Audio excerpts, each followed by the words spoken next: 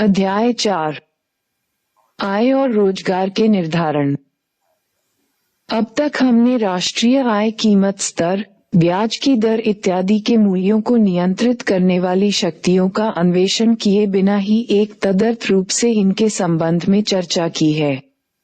समष्टि अर्थशास्त्र का मौलिक उद्देश्य इन परिवर्तों के मूल्यों को निर्धारित करने के प्रक्रमों का वर्णन करने में सक्षम सैद्धांतिक उपकरणों अर्थात मॉडलों का विकास करना है।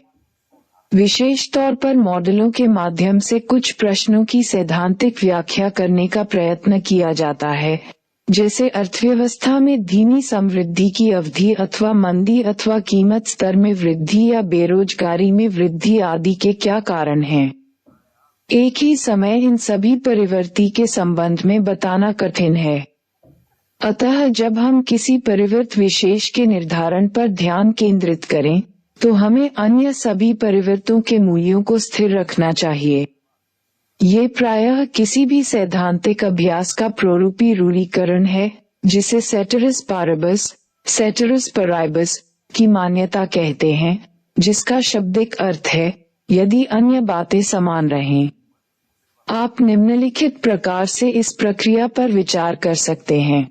दो समीकरणों से दो परिवर्ती x और 4 का मूल्य निकालने के लिए हम प्रथम समीकरण में x का मूल्य 5 के पदों में लिखते हैं और इस मूल्य को दूसरे समीकरण में प्रतिस्थापित कर पूर्ण हल प्राप्त करते हैं। इसी विधि का प्रयोग हम समष्टि अर्थशास्त्र में भी करते हैं। इस अध्याय में हम अर्थव्यवस्था में अंतिम वस्तु की निर्धारित कीमत तथा नियत ब्याज दर के बिना राष्ट्रीय आय के निर्धारण का अध्ययन करेंगे।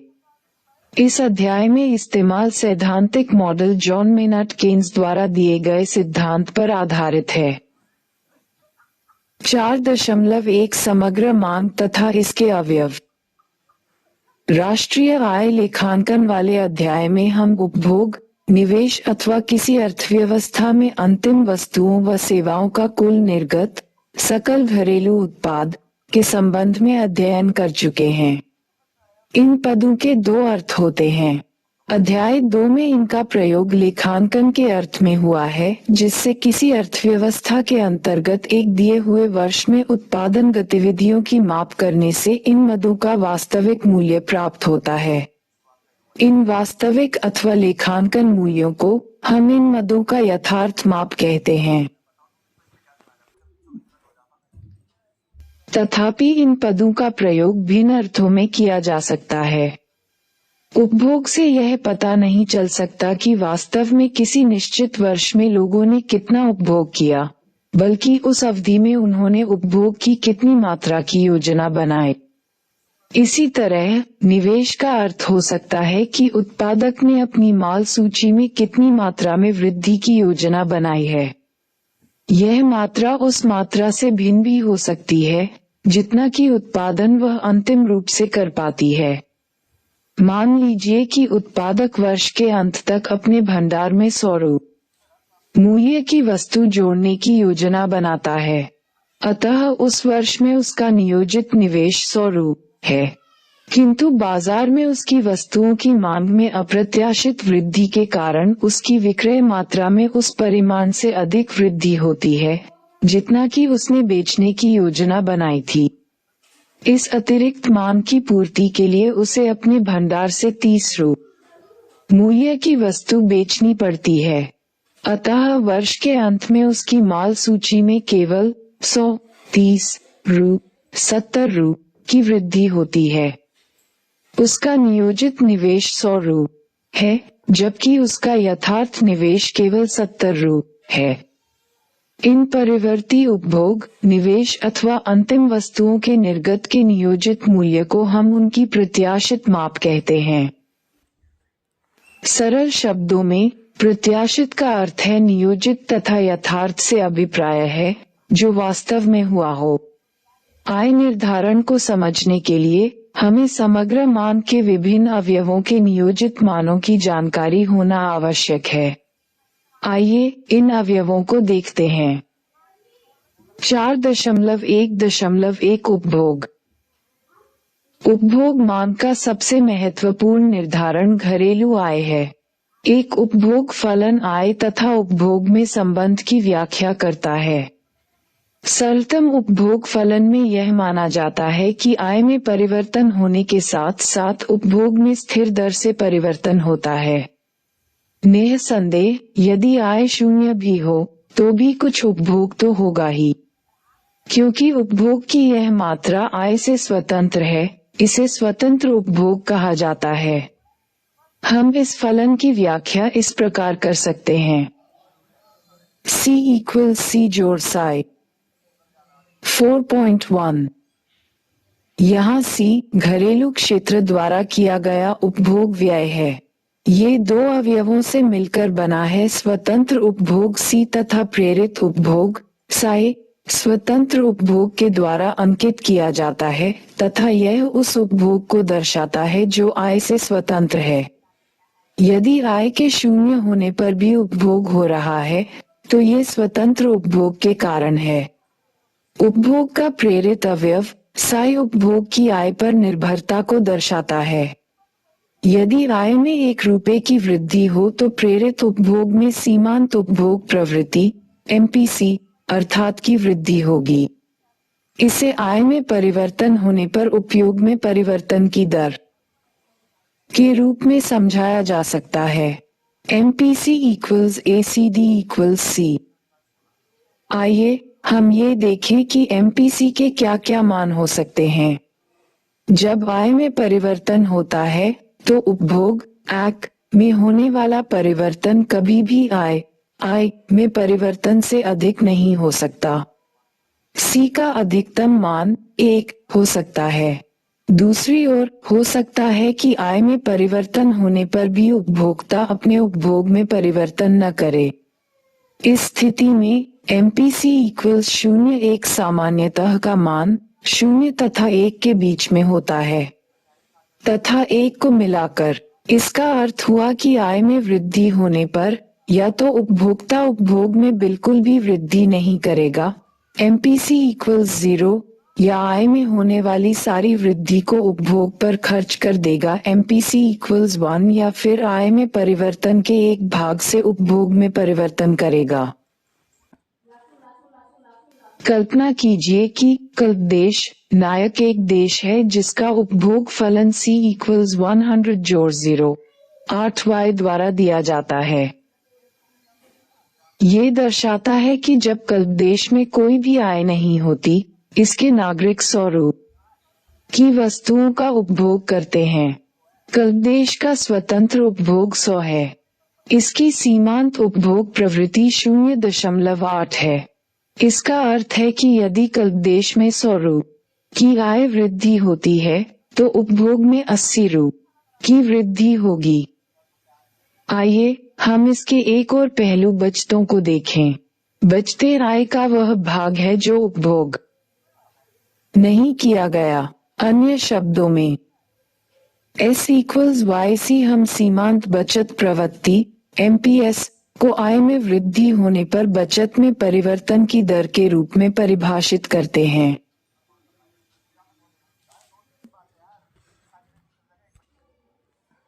कुछ परिभाषाएं। उपभोग सीमांत प्रवृत्ति MPC यह आय में प्रति इकाई परिवर्तन के फलस्वरूप उपभोग में ACK परिवर्तन है।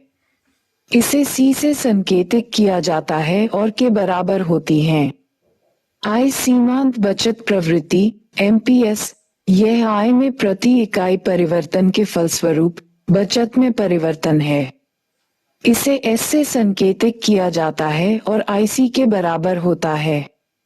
इसका निहितार्थ है S जोड़ C = 1 औसत उपभोग प्रवृत्ति APC ये प्रति आम इकाई उपभोग है अर्थात औसत बचत प्रवृत्ति।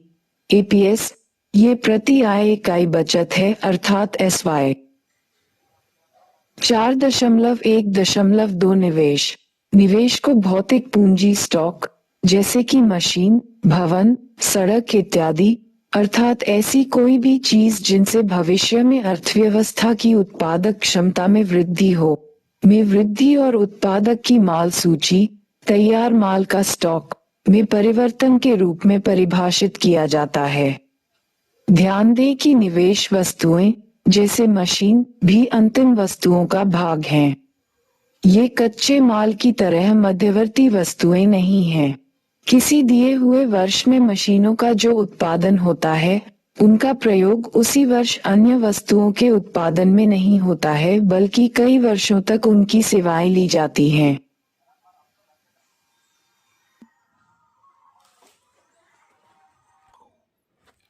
उत्पादकों का निवेश संबंधी निर्णय, जैसे कि नई मशीनों की खरीद, अधिकांशतः ब्याज की बाजार दर पर निर्भर करता है। किंतु सरलता की दृष्टि से हम यह मान लेते कि फर्म हर वर्ष उसी मात्रा में निवेश करने की योजना बनाती है। प्रत्याशित निवेश मान को हम इस प्रकार लिख सकते हैं: I equals I 4.2, जहां I धनात्मक स्थिरांक है। I दिए हुए वर्ष में अर्थव्यवस्था में स्वायत्त, दिया हुआ अथवा बहिर्जात निवेश को प्रदर्शित करता है। 4.22 सेक्टर मॉडल में आय का निर्धारण। सरकार रहित अर्थव्यवस्था में अंतिम वस्तु की प्रत्याशित समस्त मांग ऐसी वस्तुओं पर किए गए कुल प्रत्याशित उपभोग व्यय और प्रत्याशित निवेश व्यय का योग होती है, अर्थात एड इक्वल सी जोड़ 1। समीकरण 4.1 और 4.2 में सी और आई के मूल्यों को प्रतिस्थापित करने पर अंतिम वस्तुओं की समस्त मांग को इस प्रकार लिखा जा सकता है: AD इक्वल सी जोड़ आई जोड़ सी वाई। यदि अंतिम वस्तु बाजार संतुलन में हो तो इसे इस प्रकार लिखा जा सकता है: Y इक्वल सी जोड़ आई जोड़ सी वाई, जहां Y अंतिम वस्तु की प्रत्याशित अथवा नियोजित निर्गत है। इस समीकरण पदों C और T को जोड़कर पुनः इस प्रकार सरल किया जा सकता है: दो स्वायत्त Y equals A plus C Y 4.3, जहां अंडरस्कोर A equals C जोड़ I अर्थव्यवस्था का कुल स्वायत्त व्यय है। वास्तव में स्वायत्त व्यय के ये दोनों घटक भिन्न भिन्न प्रकार से व्यवहार करते हैं और अर्थव्यवस्था के जीवन निर्वाह उपभोग स्तर को प्रदर्शित करने वाला C प्रायः स्थिर ही रहता है, किंतु आय में समय समय पर उतार चढ़ाव देखा जाता है। यहाँ एक बात ध्यान देने की है, समीकरण 4.3 की बाईं ओर Y पद अंतिम वस्तुओं की प्रत्याशित निर्गत अथवा नियोजित पूर्ति को प्रदर्शित करता है। दूसरी ओर दाईं ओर की अभिव्यक्ति से अर्थव्यवस्था में अंतिम वस्तु की प्रत्याशित अथवा नियोजित समस्त मांग प्रदर्शित होती है। जब अंतिम वस्तु बाजार और अर्थव्यवस्था संतुलन की स्थिति में होती है, तभी प्रत्याशित पूर्ति प्रत्याशित मांग के बराबर होती है। अतः समीकरण 4.3 को अध्याय 2 के तादात्म्य का लेखांकन से भ्रमित नहीं करना चाहिए, जो कि यह बतलाता है कि कुल निर्गत का यथार्थ मूल्य हमेशा अर्थव्यवस्था के यथार्थ उपभोग और यथार्थ निवेश के कुल योग के बराबर होता है। यदि अंतिम वस्तु के निर्गत से, जो कि उत्पादक किसी नियत वर्ष में उत्पादन करने का नियोजन करता है, अंतिम वस्तु की प्रत्याशित मांग कम हो, तो समीकरण 4.3 सही नहीं होगा। गोदाम में स्टॉक का अंबार लगा रहेगा, जिसे माल सूची का अनभिप्रेत संचय कहा जाएगा। यहाँ ध्यान दिया जाना चाहिए कि माल सूची या स्टॉक इसलिए फर्म के पास ही रहता है। माल सूची में परिवर्तन को माल सूची निवेश कहा जाता है। ये ऋणात्मक या धनात्मक हो सकता है। यदि माल सूची में वृद्धि होती है तो ये धनात्मक माल सूची निवेश है, जबकि माल सूची में कमी तब ये ऋणात्मक माल सूची निवेश है।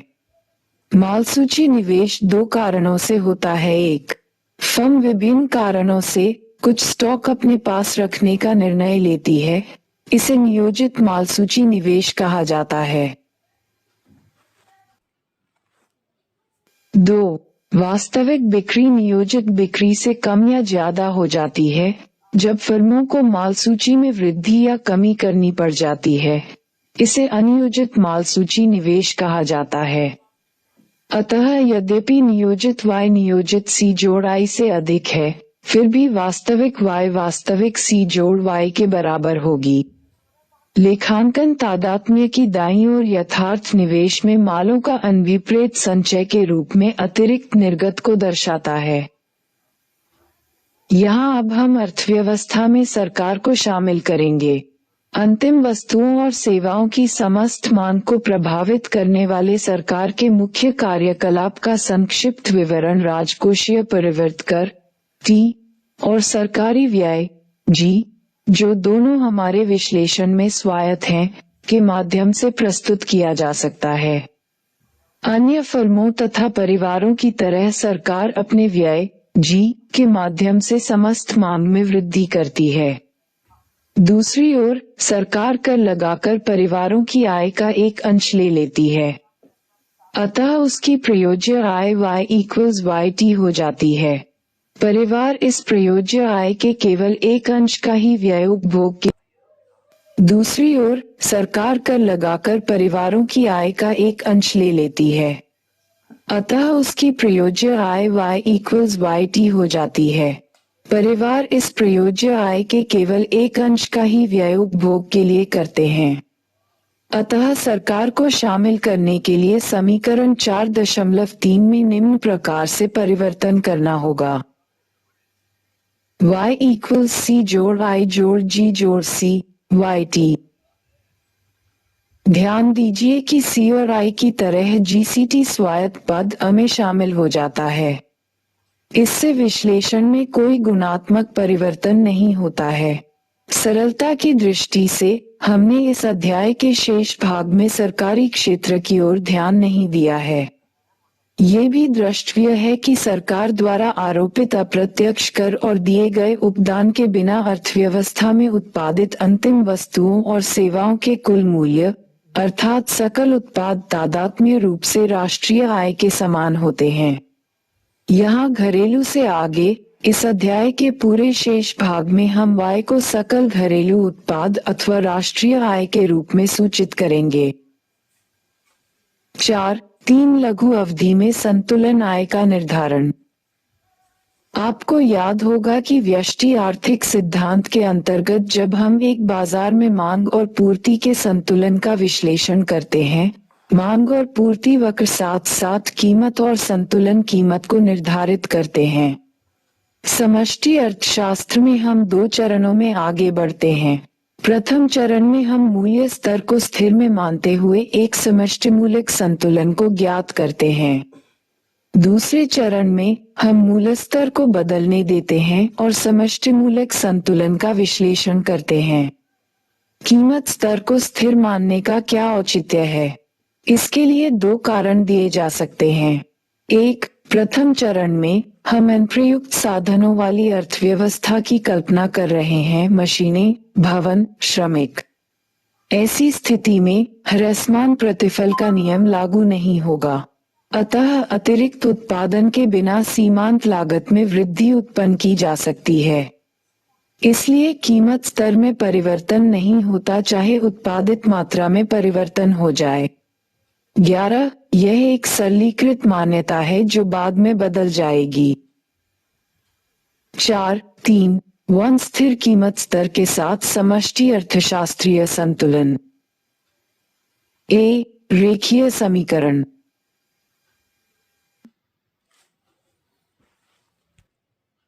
जैसे पहले समझाया जा चुका है, उपभोक्ता की मांग को दिए गए समीकरण द्वारा व्यक्त किया जा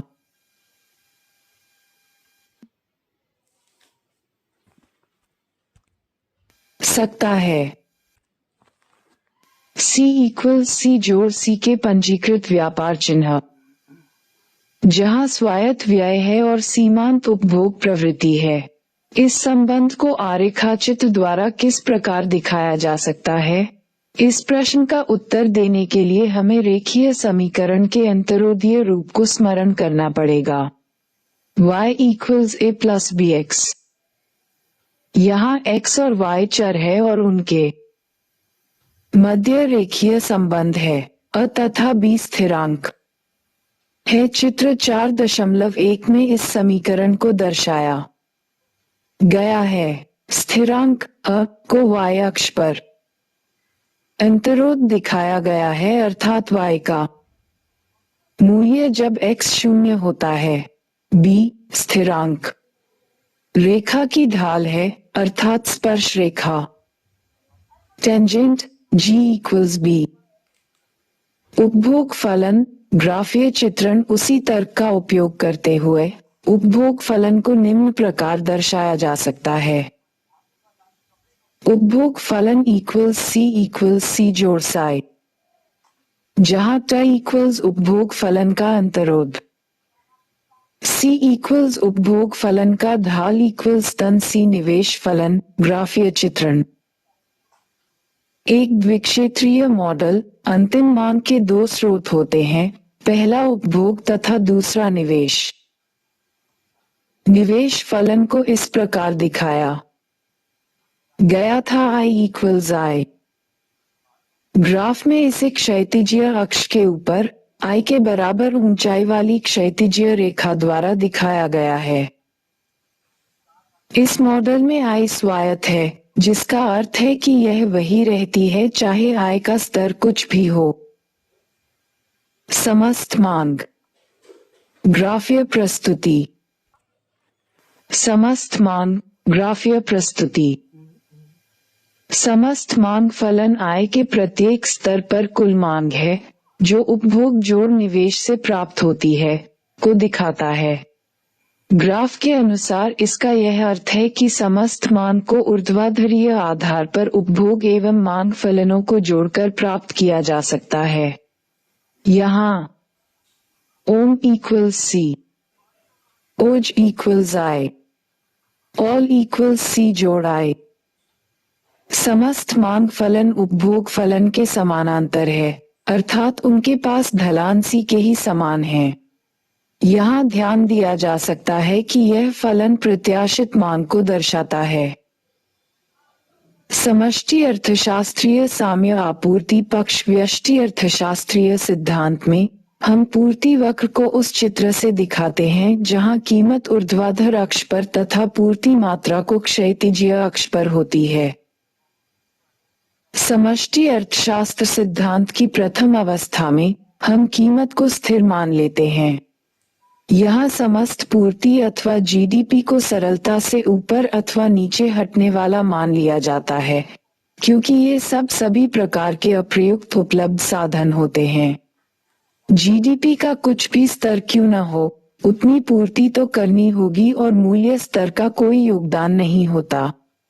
पूर्ति की इस प्रकार की स्थिति को 45 डिग्री वाली रेखा से दिखाया गया है। अब 45 की रेखा की यह विशेषता है कि इसमें प्रत्येक बिंदु का समान क्षैतिजीय और ऊर्ध्वाधर निर्देशांक होगा। मान लीजिए कि अब बिंदु पर जीडीपी 1000 रु है। पूर्ति कितनी की जाएगी? उत्तर है रु 1000 की कीमत के तुल्य सामान। इस बिंदु को कैसे दिखाया जा सकता है? उत्तर की बिंदु अ की तत्संबंधी पूर्ति बिंदु बी पर है, जो 45 की रेखा तथा ऊर्ध्वाधर रेखा अ के प्रतिच्छेदन से प्राप्त होती है। संतुलन। संतुलन को ग्राफ द्वारा प्रत्याशित समस्त मांग एवं पूर्ति को एक चित्र में एक साथ रखकर दिखाया जाता है। चित्र 4.6 वह बिंदु जहां प्रत्याशित समस्त मांग प्रत्याशित समस्त पूर्ति के बराबर है, संतुलन होगा। ये साम्य बिंदु ए है और I का साम्य स्तर O है। बी बीजगणितीय रीति या विधि। प्रत्याशित समस्त मांग इक्वल्स 7 जोड़ सी जोड़ साई प्रत्याशित समस्त पूर्ति वक्र इक्वल्स Y। साम्य की यह आवश्यकता है कि पूर्तिकर्ताओं की योजनाएं उनकी योजनाओं से मेल खाएं जो अर्थव्यवस्था में अंतिम मांग को पूरा करते हैं।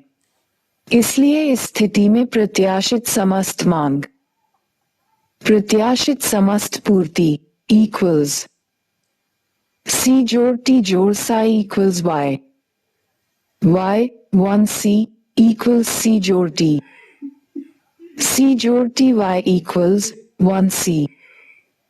4.3.2 समग्र मांग में परिवर्तन का आय तथा उत्पादन पर प्रभाव। हमने देखा है कि आय का संतुलित स्तर समग्र मांग पर निर्भर करता है। अतः यदि समग्र मांग में परिवर्तन होता है तो आय का संतुलित स्तर भी परिवर्तन होता है। यह निम्नलिखित में से किसी एक या अधिक परिस्थितियों में हो सकता है।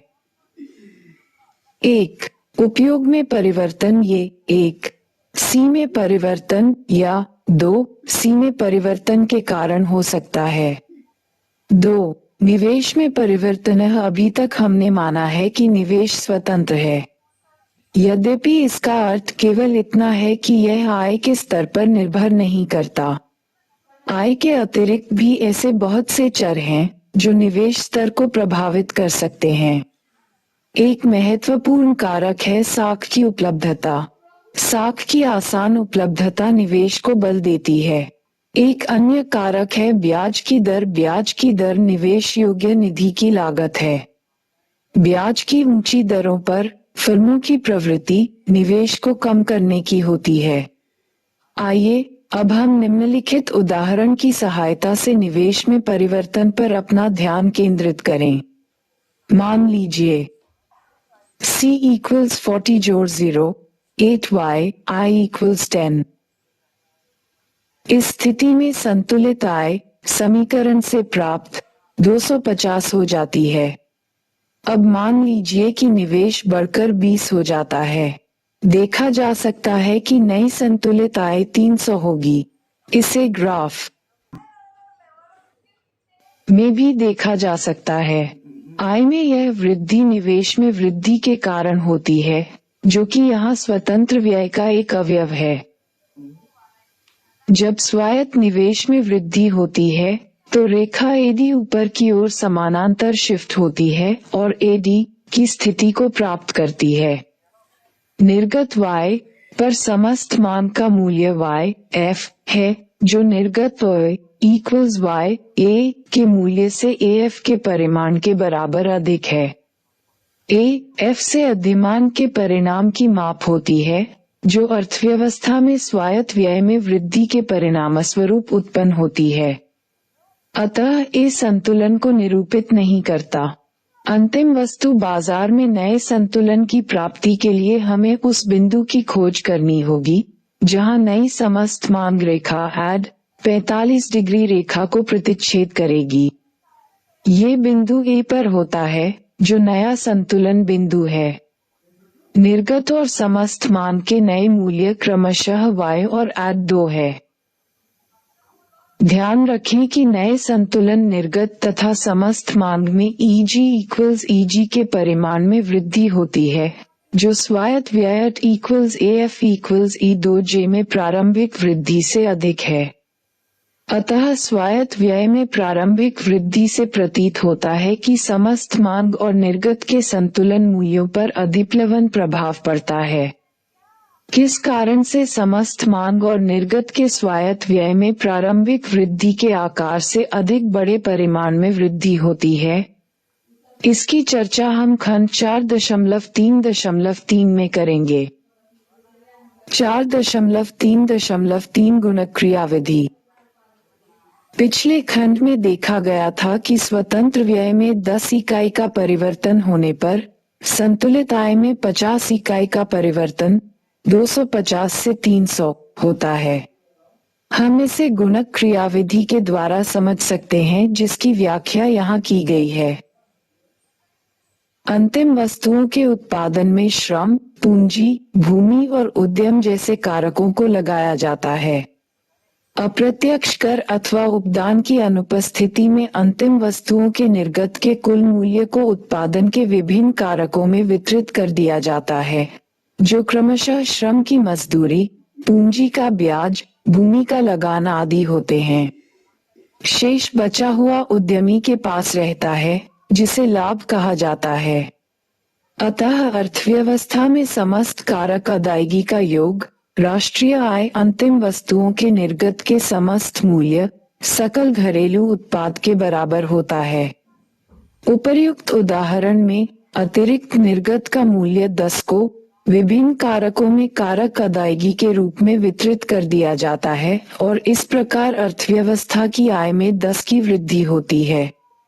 जब आय में 10 की वृद्धि होती है तब उपभोग व्यय में भी 0.8 10 की वृद्धि होती है, क्योंकि लोग उपभोग पर अपनी अतिरिक्त आय का 0.8 सीमांत उपभोग प्रवृत्ति व्यय करते हैं।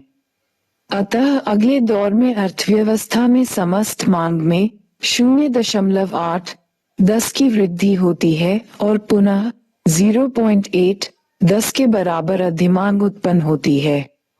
इसीलिए अगले उत्पादन चक्र में पुनः संतुलन स्थापित करने के लिए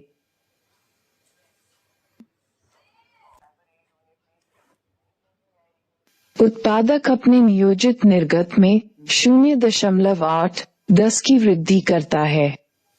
जब इस अतिरिक्त निर्गत को उत्पादन के कारकों के मध्य वितरित कर दिया जाता है तो अर्थव्यवस्था की आय में 0.8 10 की वृद्धि होती है और उपभोग मांग बढ़कर 0.8 2 10 हो जाती है। पुनः उसी परिमाण में अधिमांग की उत्पत्ति होती है। ये प्रक्रिया एक चक्र के बाद दूसरे चक्र में निरंतर जारी रहती है। प्रत्येक चक्र में उत्पादक अधिमांग को दूर करने के लिए अपने निर्गत में वृद्धि करता है और उपभोक्ता इस अतिरिक्त उत्पादन से अपनी अतिरिक्त आय का एक अंश उपभोग मदों पर व्यय करता है और इससे अगले दौर में पुनः अधिमांग का सृजन होता है। अब निम्नलिखित तालिका 41 में प्रत्येक दौर में समस्त मांग और निर्गत के मूल्यों में परिवर्तन को दर्शाया जाएगा।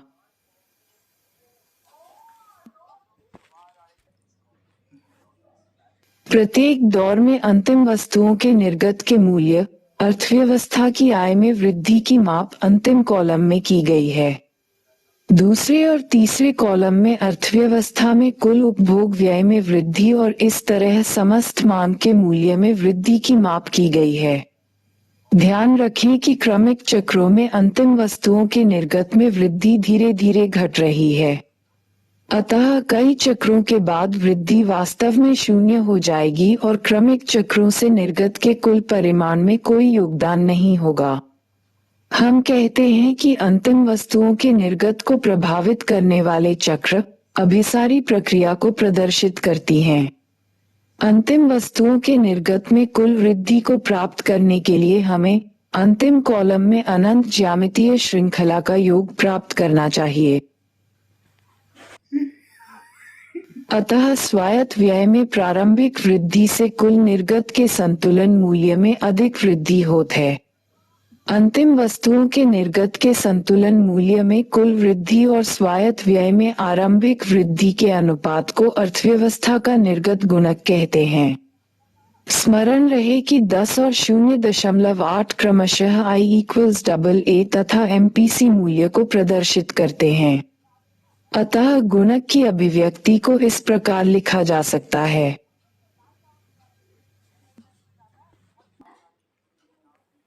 जहां I अंतिम वस्तु निर्गत की कुल वृद्धि तथा C=MPC सीमांत उपभोग प्रवृत्ति है। देखें कि गुणक का आकार के मूल्य पर निर्भर करता है। जैसे जैसे बढ़ता है गुणक में वृद्धि होती जाती है। मितव्ययिता का विरोधाभास।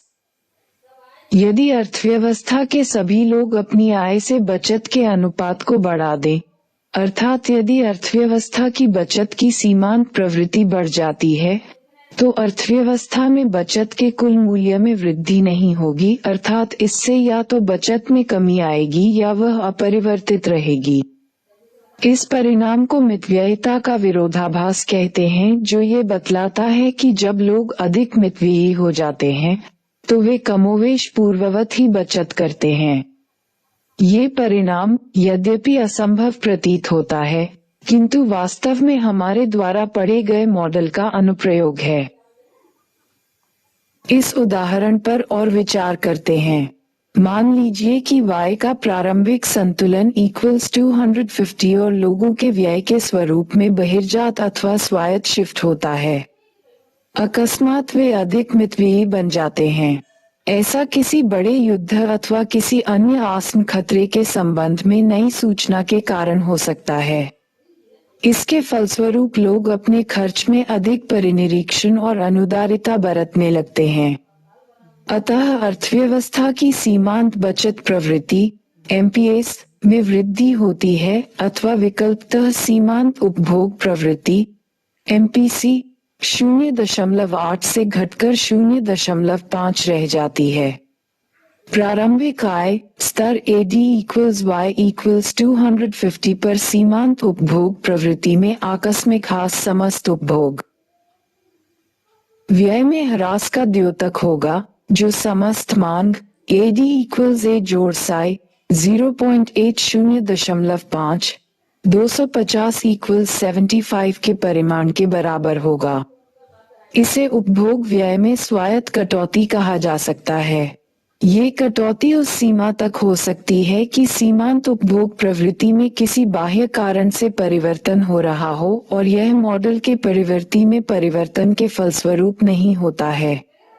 लेकिन जब समस्त मांग में 75 तक ह्रास होता है, तो निर्गत Y = 250 में गिरावट आती है और अर्थव्यवस्था में इससे 75 के बराबर तक अधिपूर्ति उत्पन्न होती है।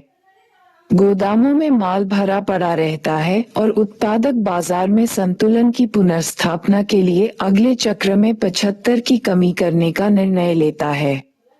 किंतु इसका अर्थ है कि अगले चक्र में कारक भुगतान और आय में 75 की कमी होगी। जैसे जैसे आय में ह्रास होता है, लोग आनुपातिक रूप से उपभोग में कटौती करते हैं।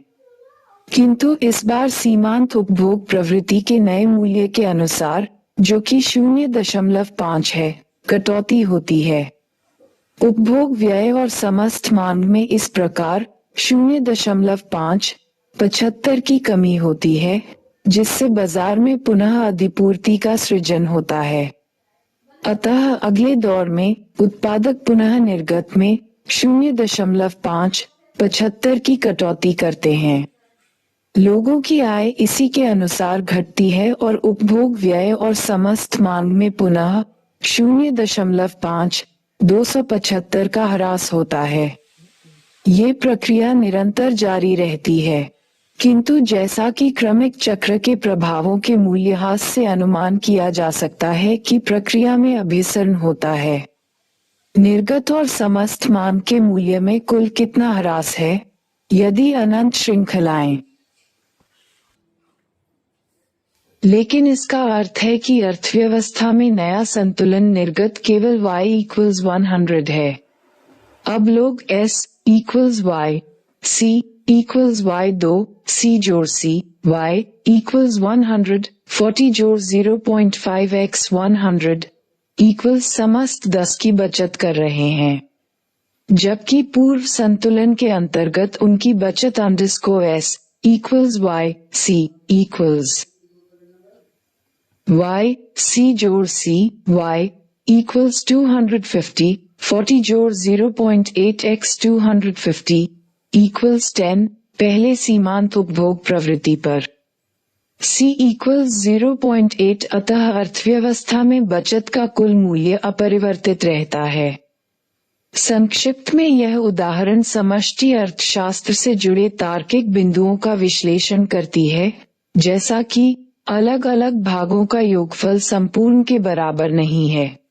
यहाँ तक कि यदि हम व्यक्तिगत 44 रूप से निर्णय लेने वाली प्रक्रिया के संदर्भ में अध्ययन करें कि कितना बचत किया जाए, व्यष्टि अर्थशास्त्र के विश्लेषण का प्राथमिक विषय वस्तु क्या हो, तो हम ये सिद्धांत बनाने में असमर्थ होंगे कि अर्थव्यवस्था में कुल बचत का क्या होगा। दूसरी ओर, कुल बचत के सभी घटकों का परिणाम व्यक्तिगत बचत निर्णय के सभी कारकों के योग के ठीक बराबर नहीं है, बल्कि इससे कुछ अधिक है। जब में परिवर्तन हो, तो रेखा में समांतर रूप से ऊपर की ओर अथवा नीचे की ओर शिफ्ट होती है। किंतु जब C में परिवर्तन होता है, तो रेखा ऊपर या नीचे को झुकती है। सीमांत उपभोग प्रवृत्ति में वृद्धि अथवा सीमांत बचत प्रवृत्ति में कमी से रेखा आठ की प्रवणता में कमी आती है। और यह नीचे की ओर झुकती है। संतुलन निर्गत और समस्त मांग में 150 की कमी हुई है। जैसा कि ऊपर बताया गया है, इससे ये सिद्ध होता है कि बचत के कुल मूल्य में कोई परिवर्तन नहीं है। कुछ अन्य संकल्पनाएं। अन्य साधनों की मात्राएं दिए होने पर अर्थव्यवस्था में साम्य निर्गत रोजगार के स्तर को भी निर्धारित करता है। समस्त स्तर पर एक उत्पादन फलन पर विचार कीजिए। इसका यह अर्थ हुआ कि Y की आठ की समानता द्वारा निर्धारित निर्गत का स्तर अनिवार्य रूप से वही निर्गत स्तर होगा जिस पर प्रत्येक रोजगार में है। पूर्ण रोजगार आय स्तर आय का वह स्तर है जहां उत्पादन के समस्त कारक उत्पादन प्रक्रिया में पूर्णतः रोजगार में हैं। आपको याद होगा कि Y की आठ को समानता के बिंदु पर प्राप्त साम्य संसाधनों के पूर्ण रोजगार का द्योतक नहीं है। साम्य का मात्र अर्थ यह है कि यदि इसको यूं ही छोड़ दिया जाए तो अर्थव्यवस्था में आय का स्तर नहीं बदलेगा, यद्यपि अर्थव्यवस्था में रोजगार उपलब्ध है। निर्गत का साम्य स्तर आगत के पूर्ण रोजगार के स्तर से अधिक या कम हो सकता है। यदि यह आगत के पूर्ण रोजगार स्तर से कम है तो यह इसलिए है कि मांग समस्त साधनों को रोजगार देने के लिए पर्याप्त नहीं है। ये स्थिति न्यून मांग की स्थिति कहलाती है। इससे दीर्घकाल में कीमतें कम हो जाती हैं। दूसरी तरफ यदि आगत का रोजगार स्तर पूर्ण रोजगार के स्तर से अधिक है तो ऐसा इसलिए है क्योंकि मांग पूर्ण रोजगार पर उत्पादित उत्पादन स्तर से अधिक है। ये स्थिति अत्यधिक मांग की स्थिति कहलाता है। इससे दीर्घकाल में कीमतें बढ़ जाती हैं।